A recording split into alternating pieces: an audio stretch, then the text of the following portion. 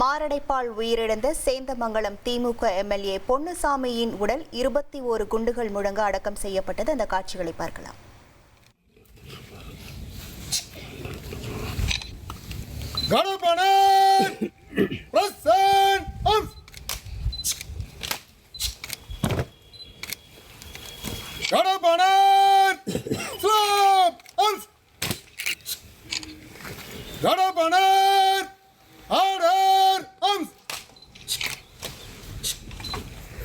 Loading, what's that? All is load.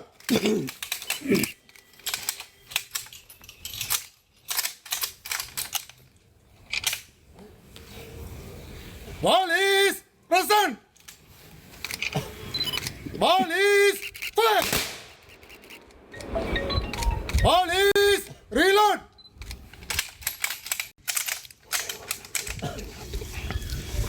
Ball is present. Ball is fire. Ball is reload.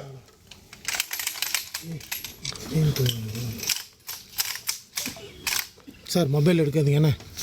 Ball is present. Ball is fire. Ball is ceasefire and load.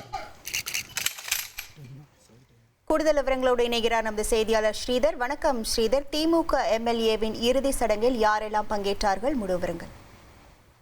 Namakkal மாவட்டம் சேந்தமங்கலம் சட்டமன்ற பழங்குடியினர் தொகுதியில் திமுக எம்எல்ஏவாக இருந்தவர் பொன்னுசாமி.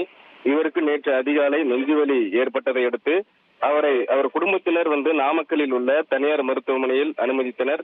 அங்கு அவரை பரிசோதனை செய்த மருத்துவர்கள் எம்எல்ஏ பொன்னுசாமி மாரடைப்பால் உயிரிழந்து விட்டதாக கூறினர். இதனையடுத்து அவரது உடல் நாமக்கல் அடுத்த வெண்டாங்கி அருகே உள்ள இந்த புளியங்காட்டில் உள்ள அவருடைய மகன் வீட்டில் வைக்கப்பட்டிருந்தது. அந்த உயிரிழந்த பொன்னுசாமியின் உடலுக்கு துணை முதலமைச்சர் உதயநிதி ஸ்டாலின், அமைச்சர் உள்ளிட்ட பல்வேறு சட்டமன்ற உறுப்பினர்களும் மலர் மாலை வைத்து அஞ்சலி செலுத்தி குடும்பத்தினருக்கு ஆறுதல் கூறினர்.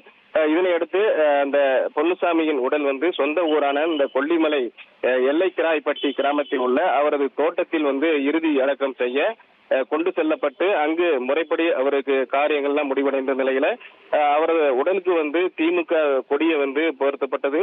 தொடர்ந்து அவருடைய சொந்த தோட்டத்தில் 21 குண்டுகள் முழங்க இன்று அரசு மரியாதையுடன் உடலில் அந்த திமுக கொடியை போர்த்தி அடக்கம் செய்யப்பட்டது. இந்த இறுதி நிகழ்வில் பாத்தீங்கன்னா ஆதி திராவிடர் நலத்துறை அமைச்சர் மதிவேந்தன், திமுக எம்பி ராஜேஷ்குமார், துணை சபாநாயகர் பிச்சாண்டி, நாமக்கல் எம்எல்ஏ ராமலிங்கம் மற்றும் கொங்குநாடு மக்கள் தேசிய கட்சியின் திருச்செங்கோடு எம்எல்ஏ ஈஸ்வரன், மேலும் நாமக்கல் பாராளுமன்ற எம்பி மாதேஸ்வரன் உள்ளிட்ட கட்சியினர் மற்றும் அந்த பகுதியைச் சேர்ந்த பொதுமக்கள் அஞ்சலி செலுத்தினர். அதாவது இவர் பாத்தீங்கன்னா ஏற்கனவே ஒரு முறை கொல்லிமலை அதாவது சேந்தமங்கலம் சட்டமன்ற தொகுதியில போட்டியிட்டு திமுக சார்பில் போட்டியிட்டு வெற்றி பெற்றார். தொடர்ந்து 2 முறை தோல்வி அடைந்தது. 3வது முறையாக தான் இந்த 2021ஆம் ஆண்டு போட்டியிட்டு வெற்றி பெற்றுள்ளார் என்பது குறிப்பிடத்தக்கது. உங்கள் விவரங்களுக்கு நன்றி ஸ்ரீதர்.